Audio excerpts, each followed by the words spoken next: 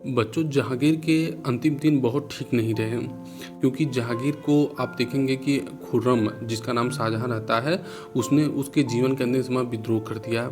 और यही पहला विद्रोह नहीं था। इससे पहले अपने पिता के जीवित रहते हुए अकबर के समय में जहांगीर ने भी विद्रोह कर दिया था। तो उसी की परिपाटी को आगे बढ़ाते हुए शाहजहां ने जो है जहांगीर के समय में विरोध कर दिया। तो जब विरोध कर दिया, अब सोचिए कि एक पिता जो शासक हो और उसका पुत्र विद्रोह कर दे, तो समझ लीजिए कि उसके साम्राज्य में कितनी अशांति उत्पन्न हो जाएगी। और यही हुआ जहांगीर के समय में, और जहांगीर की स्थिति थोड़ी दयनीय होती चली गई। इसके बाद आप देखेंगे कि खुर्रम के विद्रोह के बाद ही महाबत खां विद्रोह कर देता है। महाबत खां एक उसका बड़ा ही विश्वास पत्र जो है अमीर था, तो उसने विरोध कर दिया। जब उसने विरोध कर दिया तो इसके बाद जहांगीर को उसने बंदी बना लिया, और बंदी बना के उसको जो है कि वो तो मारने वाला था। ये कहिए कि नूरजहां जो है वो इतनी समझदार औरत निकली कि उसने जहांगीर को किसी तरह से बंदीगिरी से छुड़वाया और फिर जो है कि दिल्ली की सिंहासन को दिलवाया। तो इस तरह से नूरजहां उसके लिए बहुत ही ये कह लीजिए कि एक बैकबोन की तरह कार्य की। और इसके बाद आप फिर देखेंगे कि वो इतना शराब पीता था कि आप इससे पहले आप देखेंगे कि दो पुत्र अकबर के शराब पीने के कारण पहले ही मर चुके थे, जबकि ये भी जहांगीर बहुत शराब पीता था। इस कारण से इसकी भी शराब पीते पीते मृत्यु हो गई। आप देखेंगे कि बाबर भी शराब जो पीते अमीर पीते थे, जो बादशाह पीते थे, उनकी आलोचना करता है। वो खुद भी अपनी आलोचना करता है कि हम लोग जो है बहुत शराब पीकर इधर उधर उद्दंडई मचाते हैं। तो जहांगीर शराब पीते पीते जो है अंत में वो मृत्यु को प्राप्त हो जाता है। तो इसके बाद आप देखते हैं कि थोड़ा सा इस पार्ट में आप देखेंगे कि जहांगीर के काल में नूरजहां का प्रभाव दिखा गया है कि नूरजहां जो है कि उसका कितना यहाँ इस जहांगीर के समय में कितना उसका वर्चस्व था, कितना वो प्रभावशाली महिला थी। तो देखिए बच्चों, जहांगीर के काल में नूरजहां का प्रभाव। नूरजहां का बचपन का नाम मेहरुन्निसा था। मेहरुन्निसा बचपन का नाम नूरजहां का बचपन का नाम मेहरुन्निसा था। वो पहले नूरजहां से पहले किस नाम से जानी जाती थी? मेहरुन्निसा के नाम से। ये खूब पूछा जाता है क्वेश्चन। उसका पिता गयास बेग तेहरान का निवासी था। तेहरान आप जानते हैं बच्चों, ईरान की राजधानी तेहरान है। उसका विवाह शेर अफगान नामक एक ईरानी के साथ हुआ था।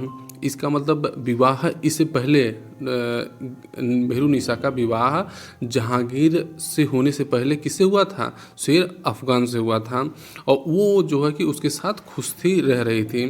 तो शेर अफगान की मृत्यु के बाद जहांगीर ने मेहरुन्निसा से विवाह कर लिया। देखिए बच्चों, ऐसा ही कुछ इतिहासकार बच्चों ये मानते हैं कि एक बार जो है नूरजहां अपने पति शेर अफगान के साथ यहाँ आगरा आई हुई थी।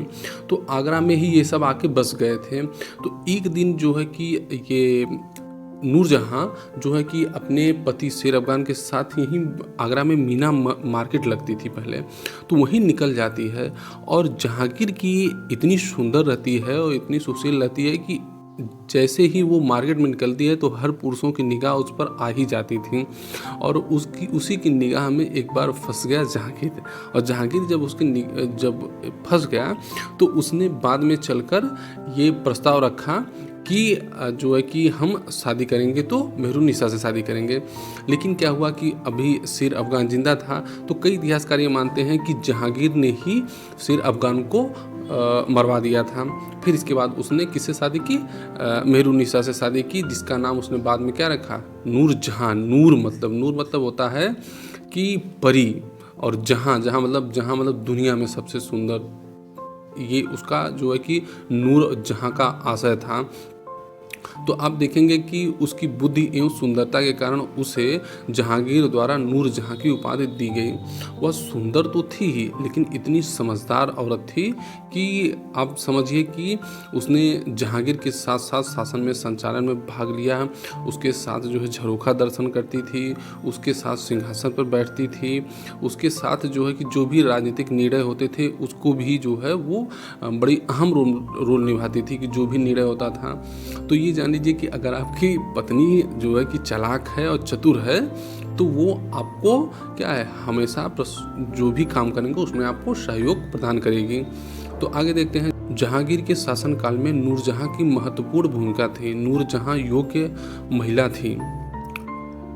उसने राज्य के कार्यों में जहांगीर को पूरा सहयोग दिया एवं बादशाह के व्यसनों पर नियंत्रण किया। जहांगीर नूरजहां बड़ी बलवती और साहसी महिला थी। वह जहांगीर के साथ शिकार को जाती, शेरों को स्वयं मारती तथा युद्ध में भी सक्रिय योगदान देती थी। वह एक सुशिक्षित तथा सुसंस्कृत महिला थी। कला में उसकी विशेष रुचि थी। कहते हैं कि नूरजहां जितनी खूबसूरत थी और जितनी अच्छी दिखती थी, उसकी कद काठी इतनी बढ़िया थी, गोरे चिट्टे रंग की थी, तो उससे भी अलग एक उसकी अलग विशेषता थी कि वो इतनी योग्य और कुशल महिला थी, जिसे कहते हैं चालाक महिला, कि वो जहांगीर के साथ साथ जो है प्रशासन में भी उसको जो है कि सहायता प्रदान करती थी। वो जब जहांगीर शिकार करने जाता था तो शिकार में उसके साथ जाती थी। बताते हैं कि एक झरोखा दर्शन होता है, राजा जो है अपने अमीरों को दर्शन देता है, तो झरोखा दर्शन में जहांगीर के साथ उसके भी दर्शन सभी अमीर जो है कि प्राप्त करते थे। फिर इसके बाद जो है कि कई बार वो स्वयं शेरों को मारती थी, युद्ध में सक्रिय योगदान करती थी कि नीतियाँ कैसे बनाना है, रणनीति कैसे किसी शासक के साथ बनानी है, तो इन सब में वह जो है बराबर योगदान करती थी। तो कहने का आशय कि वो सुंदर भी थी और सुंदर के साथ साथ चालाक भी थी और योग्य भी थी, जो ये समझती थी। और कई बार तो वो जहांगीर को जो है शराब जितना पीता था उसको किस तरह से मनाती थी कि शराब मत पियो, शराब जो है कि खराब होता है, उसे समझाती थी, बुझाती थी। फिर भी लेकिन बादशाह तो बादशाह ही था, तो वो मानता तो नहीं था, लेकिन फिर भी उसको नियंत्रित करने का भरसक वो प्रयास करती थी जब तक वो अपने पास रहती थी। तो इस तरह से आप देखेंगे कि नूरजहां जो एक साधारण परिवार के लड़की थी, वो बादशाह के साथ जो है उसका विवाह होता है जहांगीर के साथ, और वो प्रशासन में बहुत अहम योगदान निभाती है। इसके बाद आप देखते हैं बच्चे शाहजहां, जो 1628 से 1658 ईस्वी तक वो शासन करता है। मुगलों का एक विशाल साम्राज्य था। अब हमने बच्चों देखा है कि अकबर ने एक विशाल साम्राज्य खड़ा किया, उसमें मेवाड़ और जो है कि अहमदनगर, दो ऐसे क्षेत्रों को किसने जोड़ा? जहांगीर ने जोड़ा।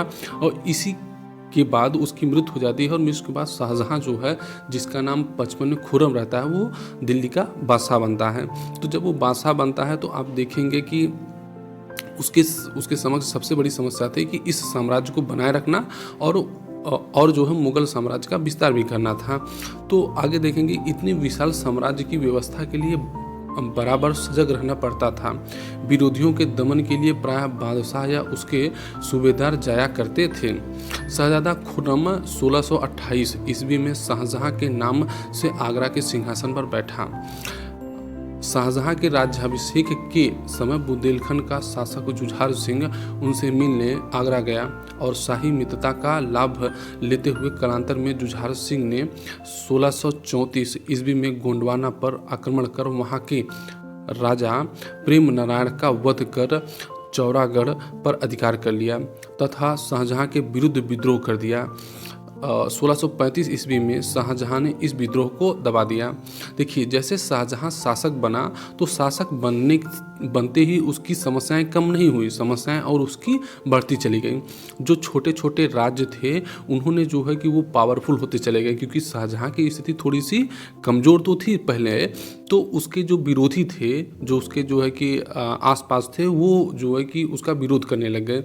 तो उसी में एक देखेंगे बुंदेलखंड का शासक जुझार सिंह रहता है। तो जुझार सिंह पहले इसको समर्थन करता है, बहुत समर्थन कर रहा होता है, लेकिन बाद में जुझार सिंह जो है वो शाहजहां का विरोधी हो जाता है, क्योंकि वो देख लेता है कि भाई ये तो बादशाह जो है कि सीधा साधा बादशाह है और अभी नया नया बादशाह बनाया, तो हमारा तो ये कुछ कर नहीं पाएगा। तो उसने क्या किया कि गोंडवाना पर आक्रमण किया, गोंडवाना को जीत लिया।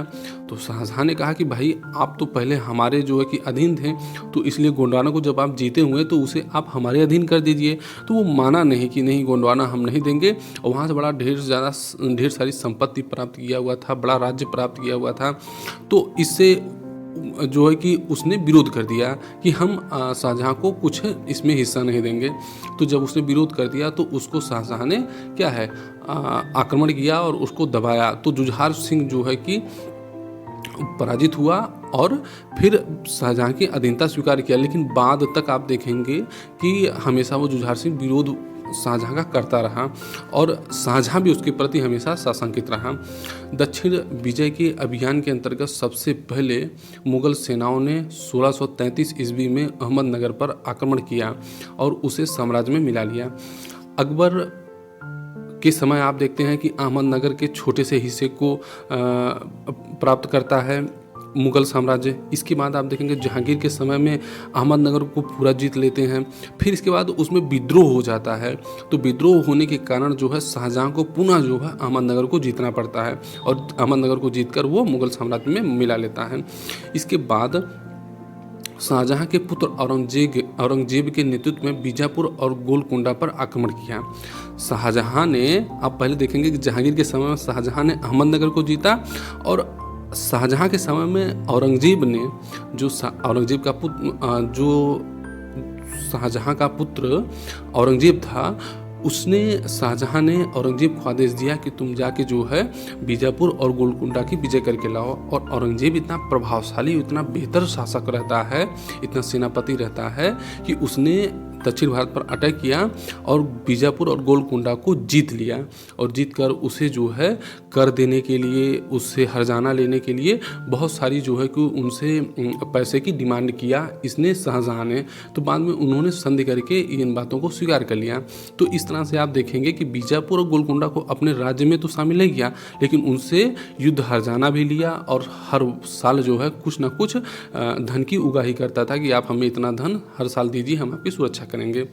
बीजापुर गोलकुंडा के सुल्तानों ने मुगलों के साथ शांति समझौता कर लिया। बाद में शाहजहाँ ने पुर्तगालियों पर विजय प्राप्त कर ली और सन 1666 ईस्वी में शाहजहाँ की मृत्यु हो गई। आप देखेंगे कि जिस तरह से शाहजहाँ जहांगीर का विरोध करता है, उसी तरह से आप देखेंगे कि शाहजहाँ का पुत्र औरंगजेब उसके जीवित रहते ही उसका विरोध करता है और उसे आगरे के किले में ले जाकर बंद कर देता है और 1658 में जो है कि आगरे में अपना सिंहासन बनवाता है और वहीं पर वो शासन संचालित करता है शाहजहाँ के जीवित रहते हुए।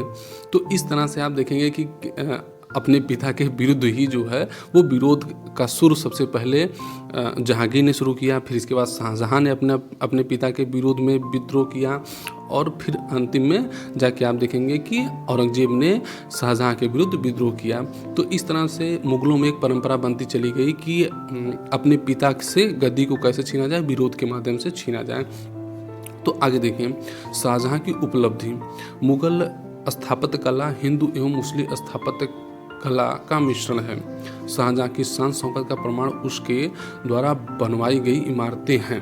अच्छा बच्चों, एक चीज़ आपको पता है कि जैसे कोई अगर बहुत अमीर व्यक्ति है तो उसकी अमीर 2-3 चीज़ों से झलकती है।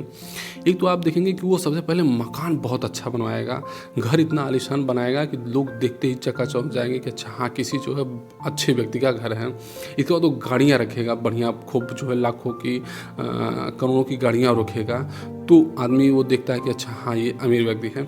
तो इसी तरह से आप देखेंगे कि शाहजहाँ कितना जो है कि शान शौकत का शौकीन था कि उसने अपनी प्रेमिका मुमताज़ महल के प्रेम में इतना दीवाना था कि उसने ताजमहल बनवा दिया। और ताजमहल इतनी बेहतर कलाकृति है जिसमें करोड़ों रुपए लगे और महीनों जो है समय व्यतीत हुआ, लेकिन वो जो है कि दुनिया का आश्चर्य ही है। आप जाके देखिए इतना बेहतर है।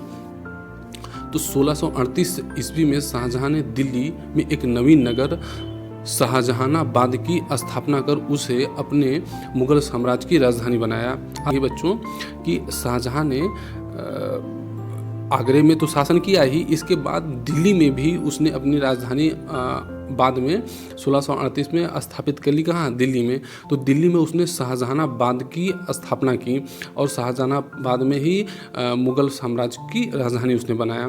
फिर आप देखेंगे कि यहीं पर उसने लाल पत्थरों से हमीद और अहमद के कुशल नेतृत्व में किला ए मुबारक नामक किले का निर्माण करवाया। यही वर्तमान में दिल्ली का लाल किला कहलाया। ये लाल किला क्यों कहा जाता है लाल किला? लाल किला इसलिए कहा जाता है क्योंकि ये लाल बलुआ पत्थर से बनाया गया था। इसको बनाने में बहुत सारा समय लगा था। आपको एक चीज़ और पता होगा कि हर वर्ष जब 15 अगस्त और 26 जनवरी 2 तारीख को प्रधानमंत्री, हमारे देश के प्रधानमंत्री जब पूरे देश को संबोधित करते हैं तो किस दीवार से, किस प्राचीर या किस किले से संबोधित करते हैं? लाल किले से संबोधित करते हैं। ये आप लोग याद रखिएगा। आगरा में यमुना नदी के किनारे ताजमहल उसने अपनी पत्नी मुमताज़ महल की मृत्यु पर उसकी स्मृति में बनवाया। यह सफ़ेद संगमरमर का बना है। प्रेम के प्रतीक के रूप में आज यह पूरी दुनिया में प्रसिद्ध है। ताजमहल विश्व के 7 आश्चर्यों में से एक है।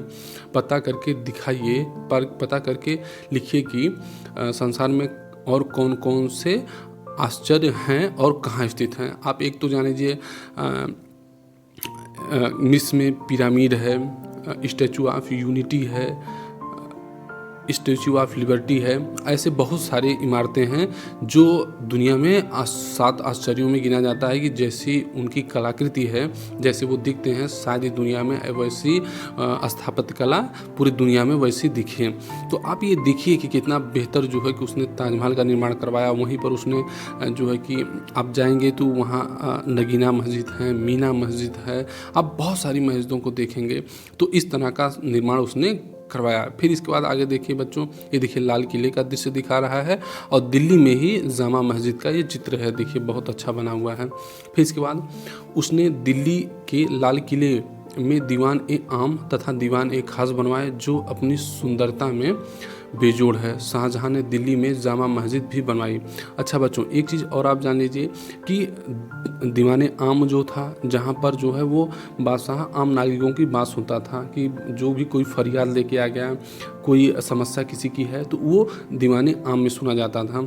और दीवाने खास, खास मतलब जानते हैं कि बहुत खासम खास लोग होते हैं, जहाँ पर उसके मंत्री या जो है कि जो उसके परिवार के लोग होते हैं, जहाँ वह चर्चा करता है, उसके लिए दीवाने खास एक नया स्थान बनाया हुआ था जहाँ वो चर्चा करता है। तो ये आपको आगरा में भी मिल जाएगा और ये दिल्ली में भी मिल जाएगा।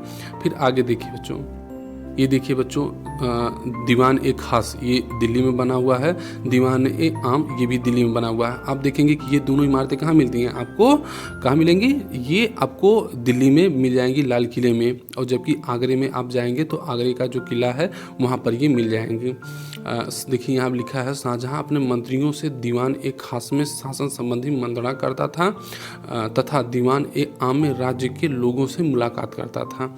ठीक, अब देखिए दीवान एक खास के अंदर कीमती चांदी के छत थी तथा उसमें संगमरमर, सोने और बहुमूल्य पत्थरों की मिली-जुली सजावट थी।